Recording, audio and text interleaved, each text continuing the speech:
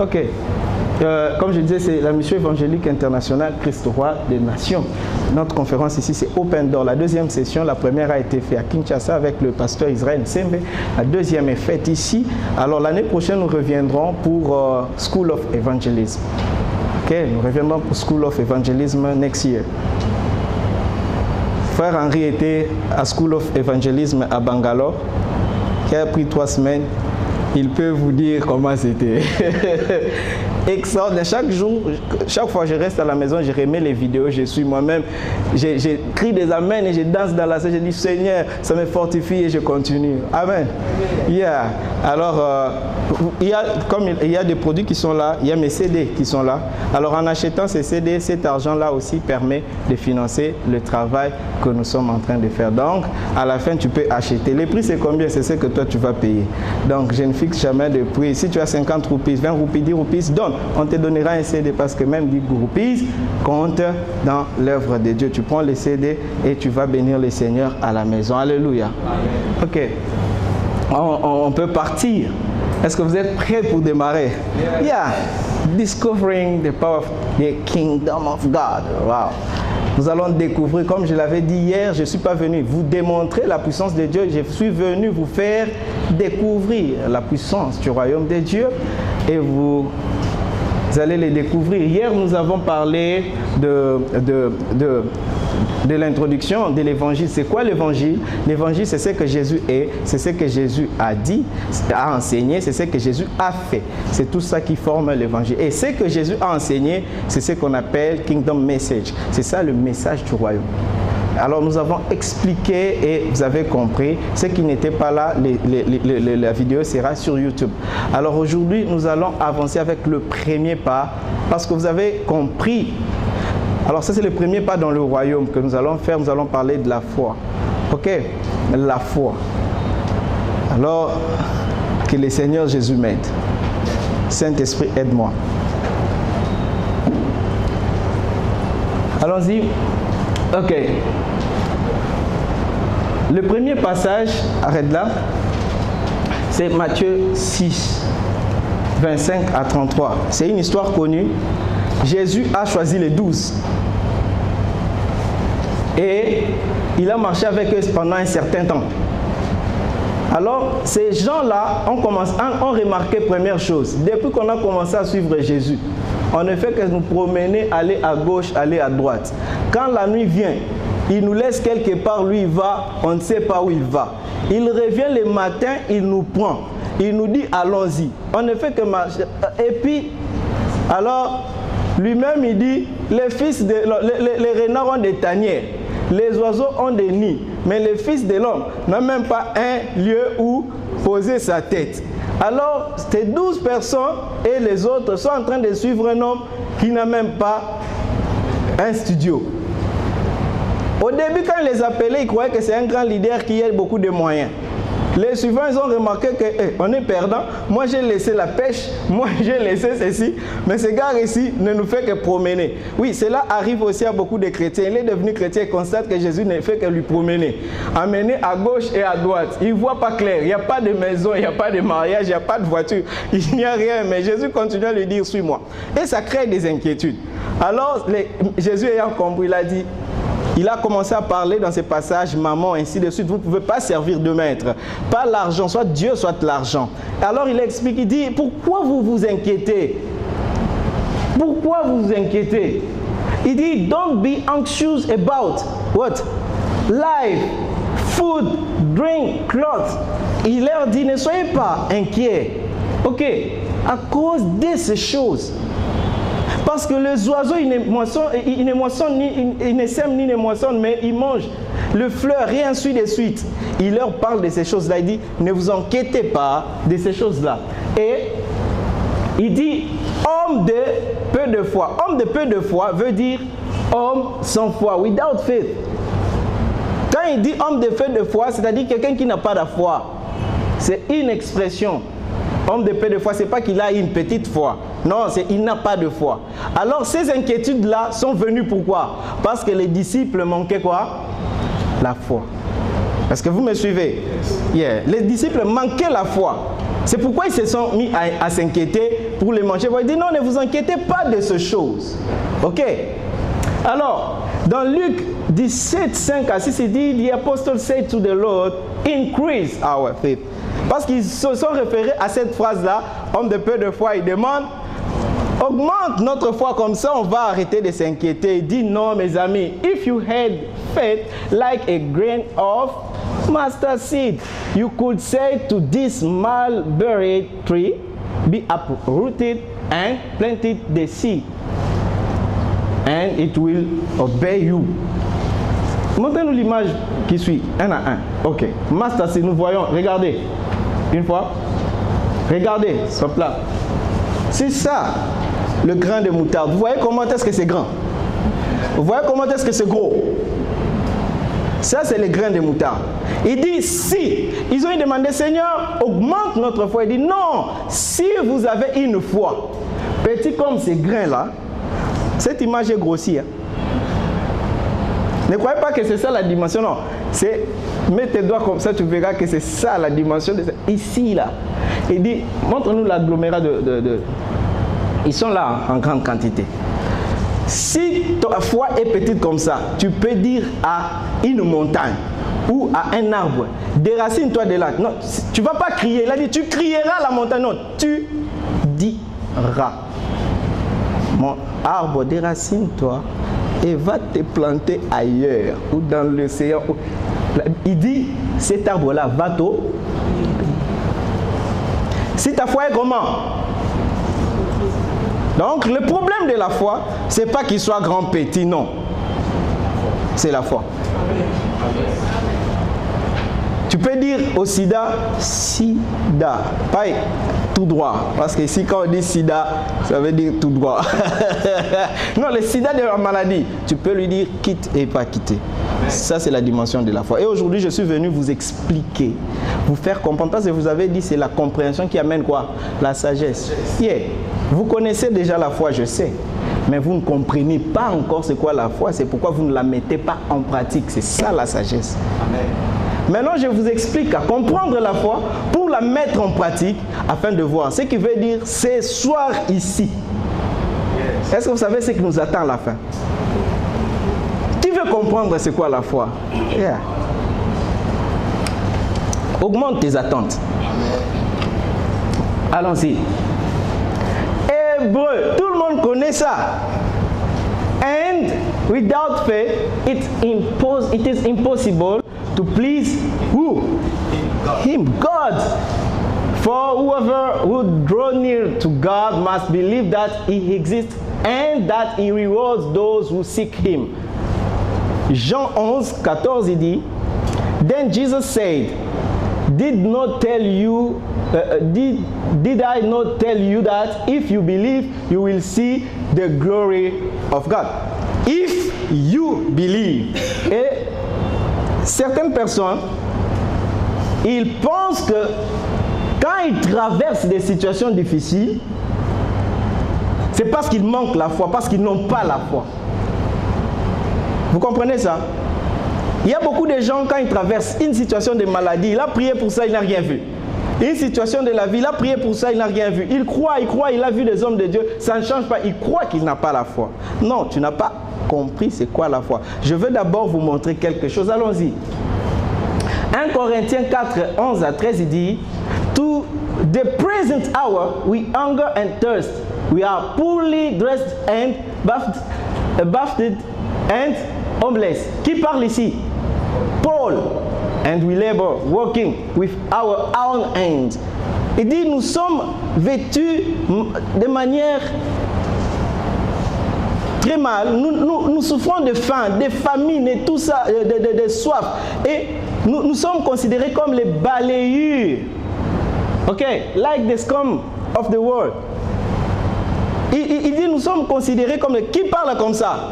Alors, tu penses que pendant que l'apôtre Paul était en train d'écrire la lettre aux Corinthiens, il avait la foi ou non?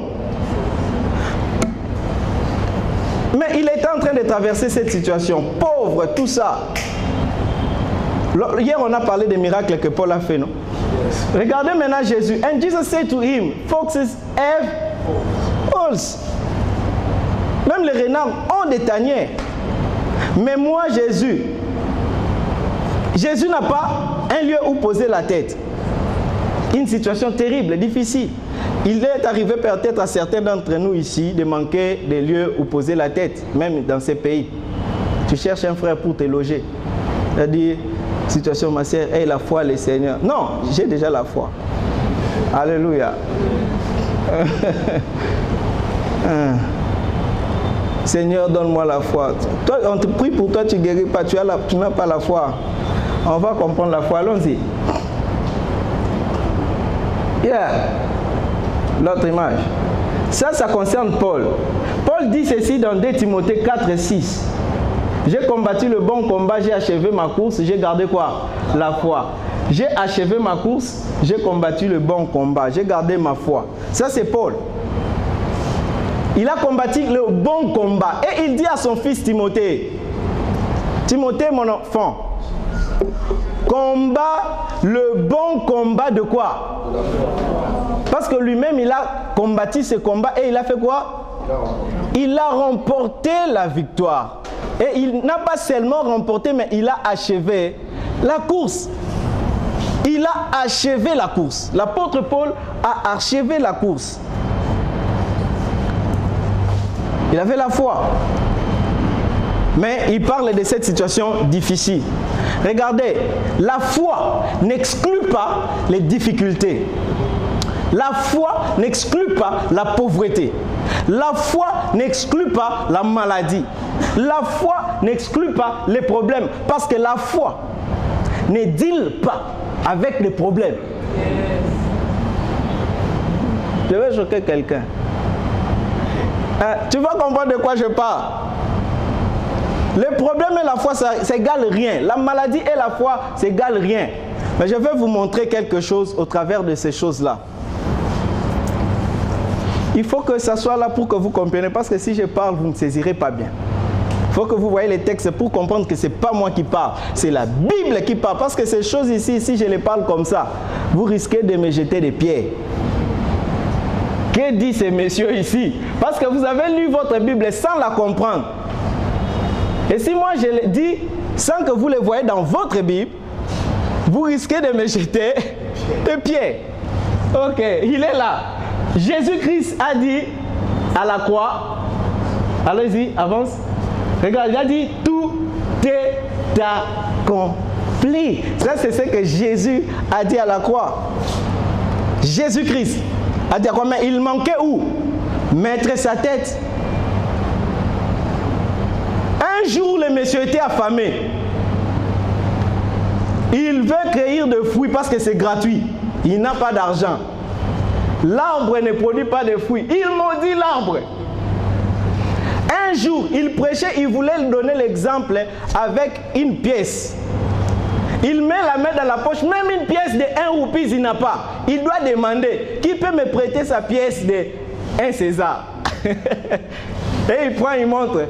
Qui est celui? Donc, c'est quelqu'un qui n'a... Le jour où on est venu lui demander la taxe, il n'en a pas, on veut l'arrêter, il dit, attendez, accordez-moi quelques minutes. Il est obligé de faire un miracle pour payer sa taxe.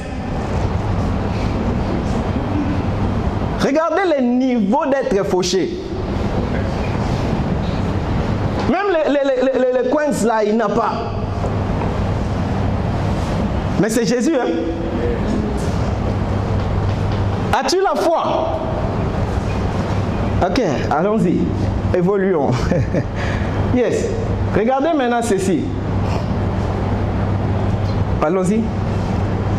What is faith?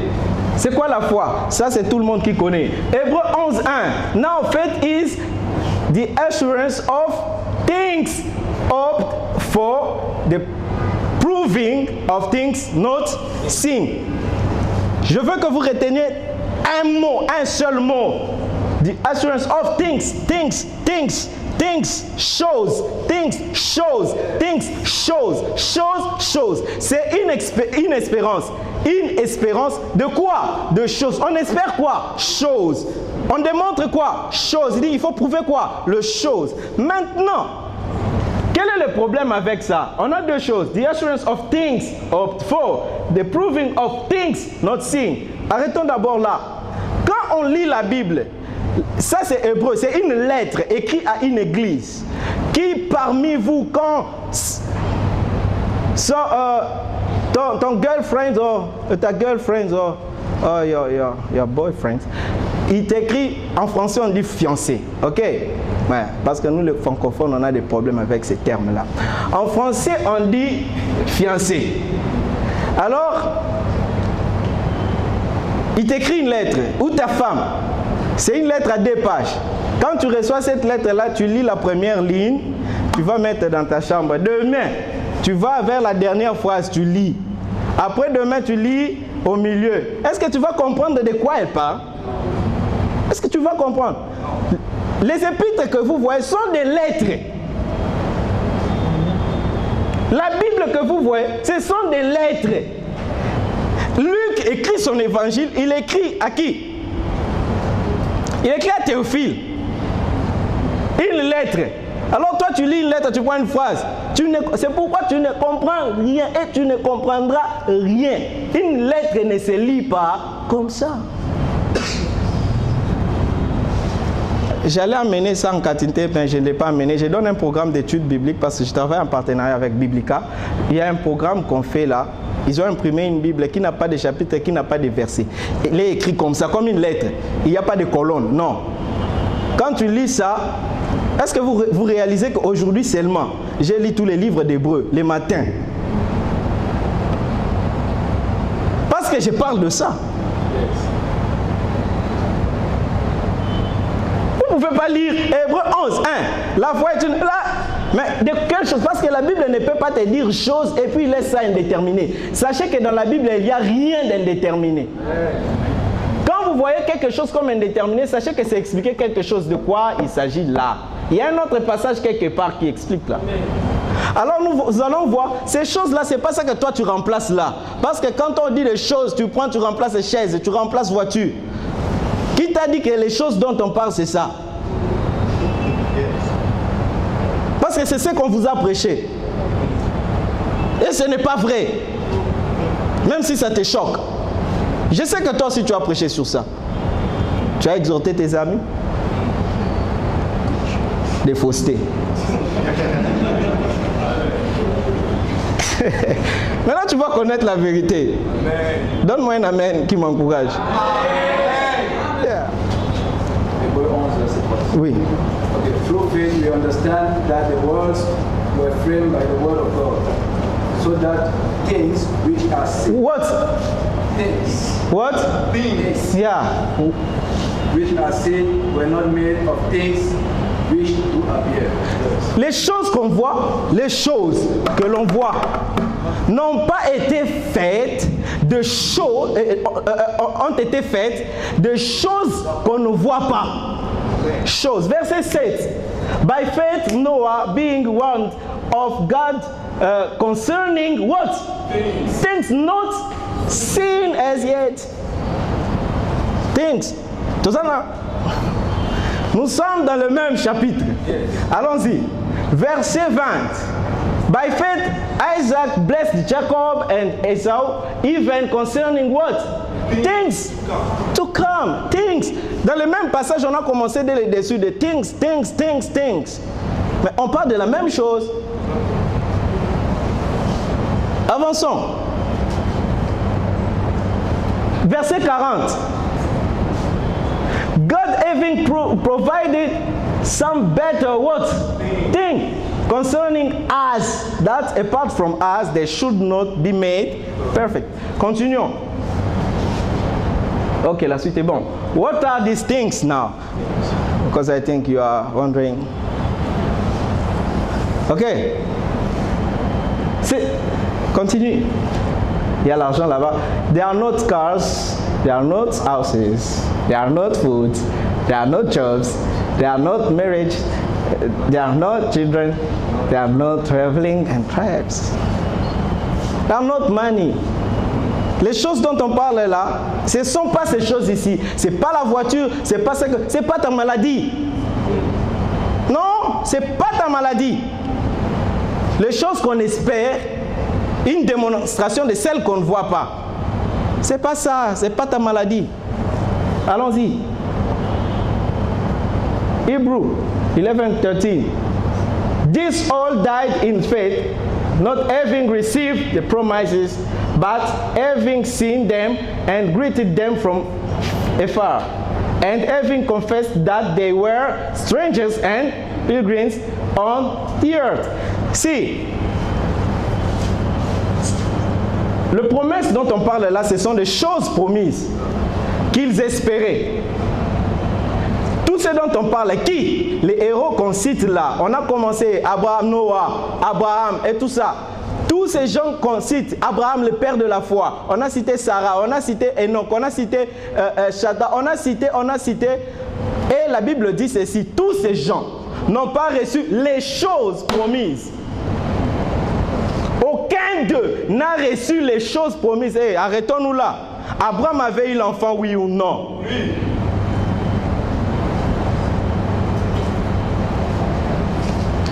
Noé était sauvé, oui ou non? Oui.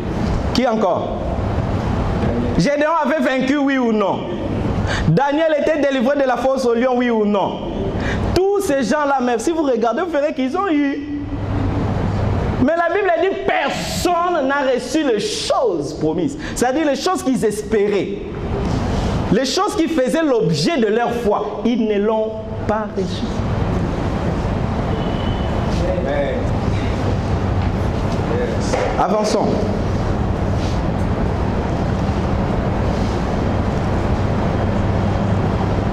Why God who has promised these things did not grant them to receive the promise? Pourquoi? Pourquoi Dieu n'a pas permis qu'eux ils reçoivent les choses qu'il leur avait promis? Regardez la réponse.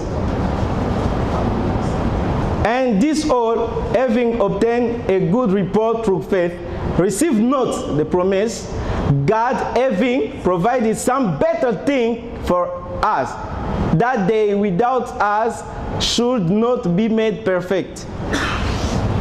Pour que nous recevions ces choses-là ensemble avec eux. C'est pourquoi ils n'ont pas reçu ce qui a été promis. C'est-à-dire les choses dont on a commencé à définir dès le début. Les choses qu'on espère, une démonstration des choses qu'on ne voit pas. Allons-y. Je crois que ça commence à devenir un peu plus clair. Avançons. Alors, si vous lisez correctement votre Bible, les versets 3, 7, 13, 20 et 40 parlent de choses invisibles, not yet seen, promises, vues de loin, à venir et parfait. Ce sont les choses dont on parle. Ces choses-là, ces choses-là sont invisibles. Les choses dont on parle là, que la foi espère et que la foi démontre, ce sont des choses qui sont invisibles, qui ne sont pas encore vues, des choses qui sont encore promises, des choses qu'on salue de loin. Ce sont des choses qui sont à venir, ils ne sont pas encore là, mais nous les démontrons. Ce sont des choses qui sont parfaites, que nous manifestons. Je vais vous montrer quelles sont ces choses-là. Avançons.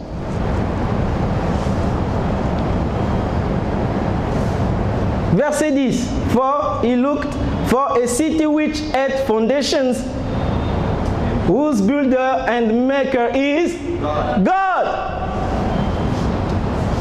Ils attendaient une cité qui avait les fondations, de solides fondations, dont Dieu est le constructeur. 16, verset 16. But now they desire a better country, that is an heavenly. Wherefore God is not ashamed to be called their God, for he had prepared for them a city. Continue. Nevertheless, we, according to his promise, look for new heavens and a new earth, wherein dwelleth righteousness. Est-ce que vous comprenez la chose qu'ils espéraient? Yes. Est-ce que vous comprenez la chose qui fait l'objet de la foi? Yes. Et on peut maintenant définir correctement la foi. Non, pas correctement, mais avec les termes que vous comprenez. Parce que c'est déjà correct, mais allons-y. Regardez maintenant la définition que nous pouvons en sortir. Avançons. Donc, en gros, ils étaient en train d'espérer quoi? Le royaume de Dieu. C'est cette cité céleste. Amen. Qui n'est pas encore là, mais qu'on voit de loin, qu'on peut saluer. Est-ce que vous comprenez? Ils espéraient quoi? Le royaume des cieux. C'est pourquoi il dit personne d'entre eux n'est reçu, parce que le royaume n'est pas encore venu. Le royaume n'est pas encore venu. La perfection n'est pas encore venue. Dieu n'a pas voulu qu'ils accèdent sans nous. Amen. Il fallait que nous aussi nous accédons. Par qui? Par Jésus-Christ. Alors nous pouvons bien définir la foi et dire comme ceci. Non, oui, allons-y. Allons-y, avance.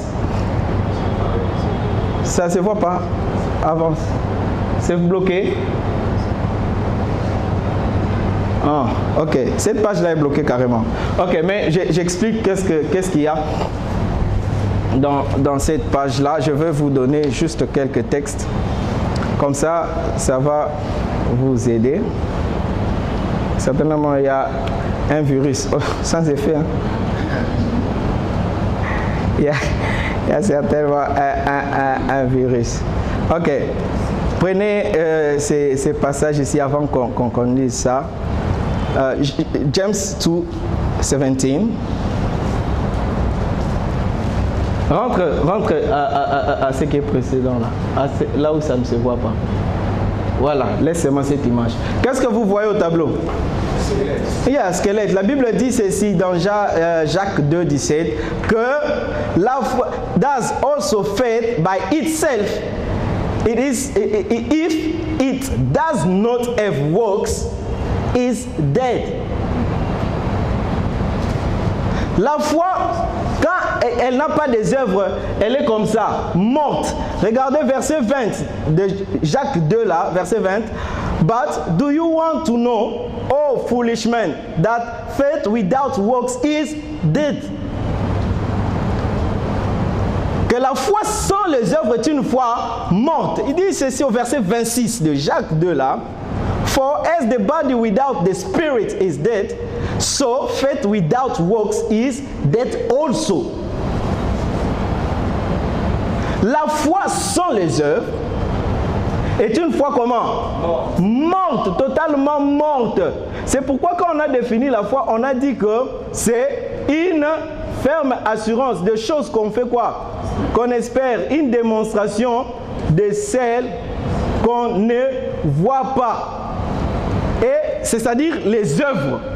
Maintenant, allons à la page qui suit. Il y a la définition que nous tirons de là. Dit, nous pouvons maintenant définir pour que tu comprennes. Now, faith is the assurance of kingdom of God hoped for. The proving of the kingdom of God not seen. C'est-à-dire quoi? Nous espérons le royaume et nous démontrons le royaume. Amen. C'est-à-dire notre démonstration maintenant fait voir, donne l'évidence que ce royaume-là existe bel et bien. Personne ne le voit, mais nous manifestons les œuvres qui sont dans ce royaume-là et les gens croient. Et quand nous disons maintenant, écoutez, la fin vient, Jésus va juger le monde, il y a un royaume qui nous attend. Quelle est la preuve? Maintenant, nous démontrons les œuvres de ce royaume-là. De telle sorte que quelqu'un dit, alors comme je vois les œuvres, c'est que ces choses-là existent. C'est comme quelqu'un qui vient t'expliquer, tu vois, à Paris, quand tu vas à gauche, il y a la tour Eiffel, tu tournes à droite. Tu vois les Champs-Élysées, quand tu regardes comme ça, tu vois la maison de Sarkozy ici, Zidane est là, et puis, tu vas le croire. S'il est vraiment habillé comme je ne sais pas comment. Mais si tu vois, il te montre une photo où il est à la tour Eiffel, en train de manger McDo, tu vas dire, ce type ici dit des choses vraies. Yes. Nous, on nous a intimidés par des grands frères au quartier. Ils parlent tellement bien l'anglais, il te dit que j'étais aux États-Unis. Tu es obligé de le croire parce qu'il parle l'anglais comme un Américain. Vous comprenez un peu? Il y a d'autres personnes, quand ils parlent français, tu commences déjà à te dire, certainement ce type ici, il a vécu en France. Et puis s'il te dit qu'il a vécu en France, même s'il n'y a pas vécu, tu vas le croire à cause de quoi? De ce qu'il démontre. Il démontre une valeur qui est là-bas. Yes. Est-ce que vous comprenez ce que la foi est? Donc la foi n'a rien à voir d'abord avec ton foufou, ton souji. Amen. Ça n'a rien à voir avec ta maladie. Je vais te montrer qu'est-ce qui fait maintenant, qu'est-ce qui agit avec ta maladie. Je vais te montrer aujourd'hui. Comme ça, tu vas mettre fin à ta maladie. Tu vas dire Amen.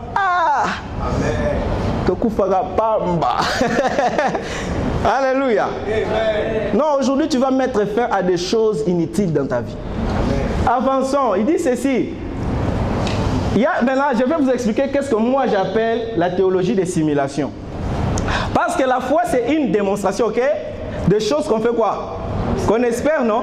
Tu espères cette chose-là, tu dois la démontrer. Parce que quand il n'y a pas la démonstration, quand il n'y a pas la foi, c'est que ta foi est morte. Maintenant, on te dit que non, frère, crois. Souvent, on les fait même à l'église pour des malades. On dit crois que on prie pour quelqu'un qui est malade. On ne voit pas la guérison, mais on lui dit crois que tu es guéri. Maintenant, ok. S'il doit croire qu'il est guéri, donc on lui dit maintenant, il faut que ta foi là ait des œuvres. Donc fais comme si tu es déjà... On vous a déjà dit ça? Fais comme... Oh, ça c'est la simulation. Comment je vais faire comme si je suis guéri alors que je ne suis pas guéri? Est-ce que vous avez vu ça dans la Bible quand Jésus priait pour les gens? Quand quelqu'un n'est pas guéri, n'est pas guéri. Il ne faut pas faire semblant. Ça c'est faire semblant, c'est la simulation. On demande non, si tu crois que Dieu peut te donner un travail, commence à te réveiller le matin. Tu t'habilles, tu sors comme si tu verras. On te dit, si tu veux que Dieu te donne la voiture, comporte-toi comme quelqu'un qui a la voiture. Est-ce que vous avez déjà entendu ce genre de choses? Moi j'ai entendu, on dit à un monsieur qui voulait avoir des enfants, il n'avait pas d'enfants, on lui dit, quand tu sors, achète des bonbons, des biscuits, comme si tu ramenais à tes enfants à la maison. On demande à la femme, achète déjà des couches, achète déjà, c'est comme ça que tu démontres ta foi, tu verras maintenant que c'est ces choses. Maintenant, moi j'ai posé la question, si maintenant quelqu'un est célibataire, il veut se marier, comment il va simuler le mariage?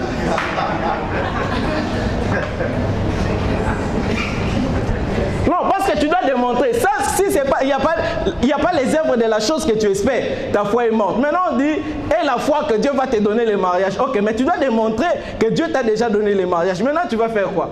Tu vois que tu vas t'attirer des femmes de nuit, des maris de nuit.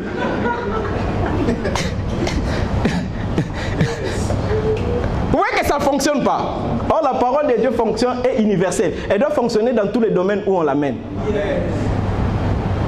Vous comprenez que vous définissez mal la foi? La théologie des simulations. Tu n'es pas guéri, tu n'es pas guéri. Je ne suis pas guéri. Vous voulez que je fasse semblant. Maintenant, si vous demandez à un aveugle, fais comme si tu es guéri. On va le tamponner dans la rue. Il va mourir, le pauvre monsieur.